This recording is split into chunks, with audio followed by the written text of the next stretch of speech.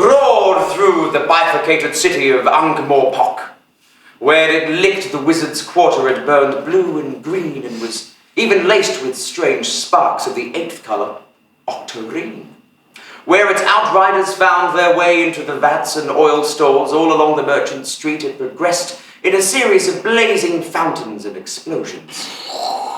Much like that.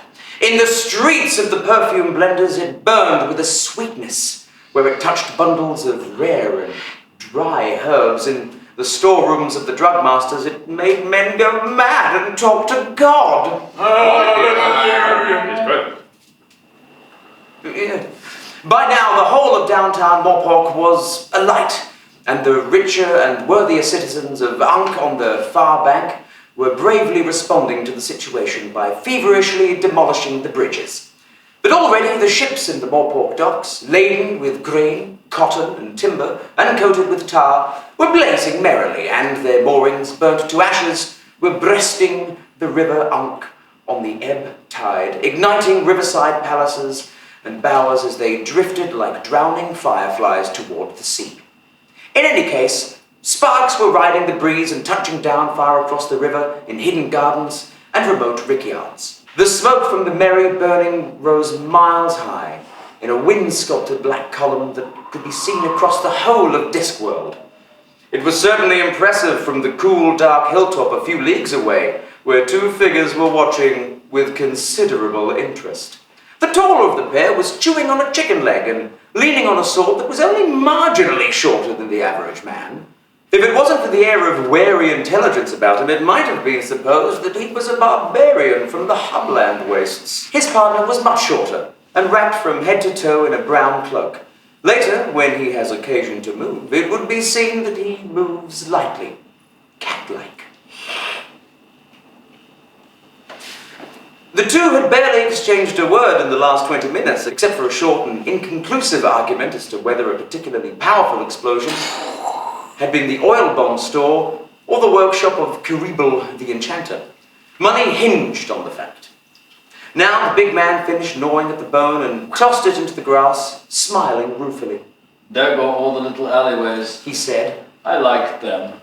All the treasure houses, said the small man.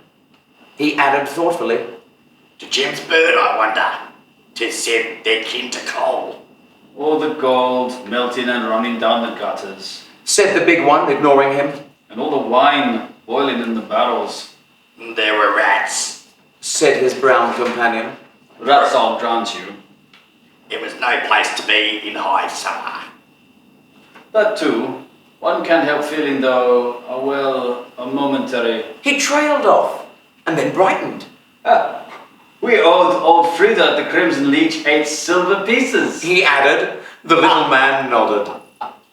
They were silent for a while as a whole new series of explosions carved a red line across the hitherto dark section of the greatest city in the world. Then the big man stirred. Weasel? Yes. I wonder who started it. The small swordsman, known as the Weasel, said nothing. He was watching the road in the ruddy light. Few had come that way since the Diosil gate had been one of the first to collapse in a shower of white-hot embers. But two were coming up it now. The Weasel's eyes, always at their sharpest in gloom and half-light, made out the shapes of two mounted men and some sort of low beast behind them. Doubtless a rich merchant escaping with as much treasure as he could lay frantic hands on. The Weasel said as much to his companion, who sighed. The status of footpad ill suits us, said the barbarian. But as you say, times are hard, and there are no soft beds tonight. He shifted his grip on his sword and, as the leading rider drew near, stepped out onto the road, with a hand held up and his face set in a grin, nicely calculated to reassure, yet threaten. Your pardon, sir, he began. The rider reined in his horse and drew back his hood. The big man looked into a face blotched with superficial burns and punctuated by tufts of singed beard. Even the eyebrows had gone. Bugger off, said the face. You're bra of the Hublander, aren't you? The shape and cosmology of the disk system are perhaps worthy to note at this point. There are, of course, two major discretions on the disc, Hubward and Rimward.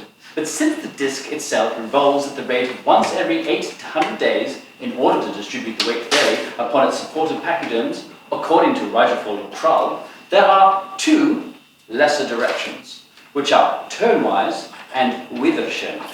Since the disk's tiny orbiting sunlet maintains a fixed orbit, while the majestic disk turns slowly beneath it, it will be readily deduced that a disk year consists of not 4 seasons, but 8 seasons.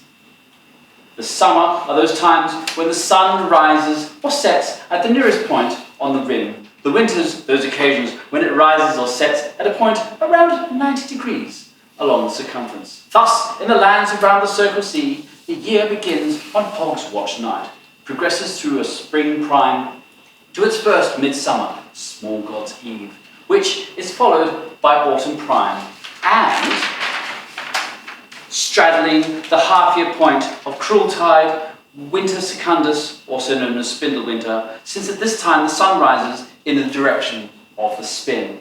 Then comes secundus spring, with summer 2 on its heels, the quarter mark of the year, beginning the night of All's Hallow, the one night of the year, according to legend, when witches and warlocks like to stay in bed. Then drifting leaves and frosty winter nights drag on towards backspindle winter, and a new Hog's Watch night nestling like a frozen jewel at its hub. Since the hub is never warmed by the weak suns, the lands are locked in permafrost. The rim, on the other hand, is a region of sunny islands and balmy days. There are, of course, 8 days in a disk week, and 8 colours in the light spectrum. 8 is a number of considerable occult significance on the disk, and must never, ever be spoken by a wizard. Precisely why all the above should be so is not clear, but it goes some way to explain why, on the disk, the gods are not so much worshipped as blamed. Finished?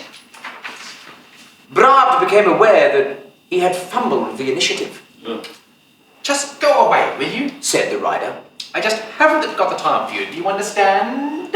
He looked around and added, That goes for your shadow-loving flea-bag partner too, wherever he's hiding. The Weasel stepped up to the horse and peered at the dishevelled figure.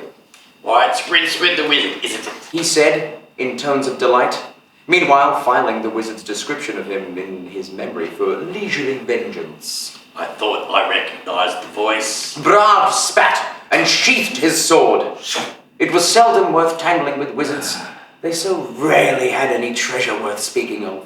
It talks pretty big for a gutter wizard, He muttered. You don't understand at all. Said the wizard wearily. I'm so scared that my spine has turned to jelly. It's just that I'm suffering from an overdose of terror right now. I mean, when I've got over that, then I'll have plenty of time to be decently frightened. The Weasel pointed toward the burning city.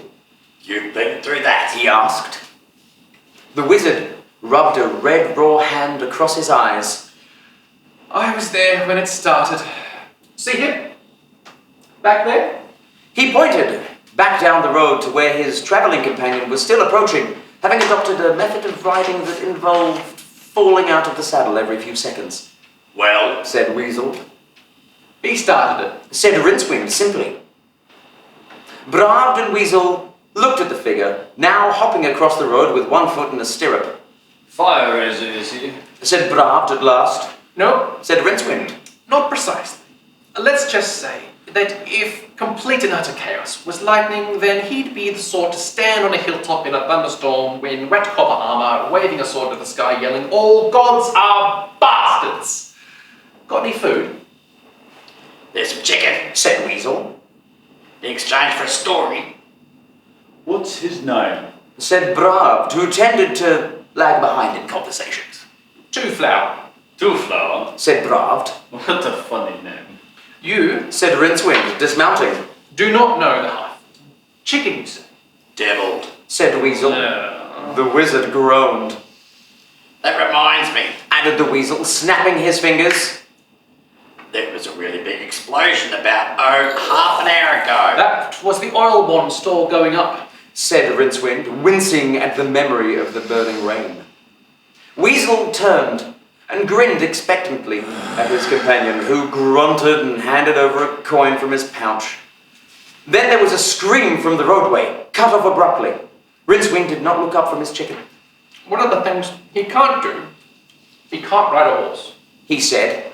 Then he stiffened, as if sandbagged by a sudden recollection, gave a small yelp of terror and dashed into the gloom. When he returned, the being called Twoflower was hanging limply over his shoulder. Over his shoulder, it doesn't matter. It was small and skinny, and dressed very oddly in a pair of knee-length breeches and a shirt in such a violent and vivid conflict of colours that Weasel's fastidious eye was offended even in the half-light. No bones broken, by the feel of things, said Rincewind. He was breathing heavily. Brad winked at Weasel and went to investigate the shape that was assumed a pack animal. You'd be wise to forget it, said the wizard without looking up from his examination of the unconscious Twoflower. Believe me, a power protects it. A spell? Said Weasel, squatting down. No, but a magic of a kind, I think. Not the usual sort. I mean, it can turn gold into copper while at the same time it is gold. It makes men rich by destroying their possessions. It allows the weak to walk fearlessly among thieves, and it passes through the strongest doors to reach the most protected treasures. Even now, it has me enslaved so that I must follow this madman willy-nilly and protect him from harm. It's stronger than you, Brad. It is, I think, even more cunning than you, Weasel. What's it called then, this mighty magic? Rincewind shrugged. In our tongue, it is called reflected sound out on the ground spirit. Is there any wine? You must know that I am not without artifice where magic is concerned. Said Weasel. Only last year did I, assisted by my friend there, part the notoriously powerful Armitage of Ymor. From this staff he's belted moon jewels and his life in that approximate order. I do not fear this reflected sound of underground spirits of which you speak. However, He added. you engage my interest. Perhaps you would care to tell me more. Brad looked at the shape on the road. It was closer now and clearer in the pre-dawn light. It looked for all the world like a box on he legs? said. I'll tell you about it. Said Rincewind. If there's any wine, that is. Down in the valley, there was a roar and a hiss. Someone more thoughtful than the rest had ordered to be shut the big river gates that were at the point where the Ankh flowed out of the Twin City. Denied its usual egress, the river had burst its banks and was pouring down the fire-ravaged streets. Soon the continent of flame became a series of islands, each one growing smaller as the dark tide rose. And up from the city of fumes and smoke rose a broiling cloud of steam covering the stars. Weasel thought that it looked like some dark fungus. Or mushroom. Book Club is created by book lovers for book lovers. If you share our joy for books, please share, like, subscribe, and hit that notification button. Let us know in the comments which book you'd like to see, or novelle, or pamphlet, or magazine, or a comic book, or one of those weird sort of magazines that your uncle used to show you, but you never used to tell your dad. But anyway, it's Adrian signing off.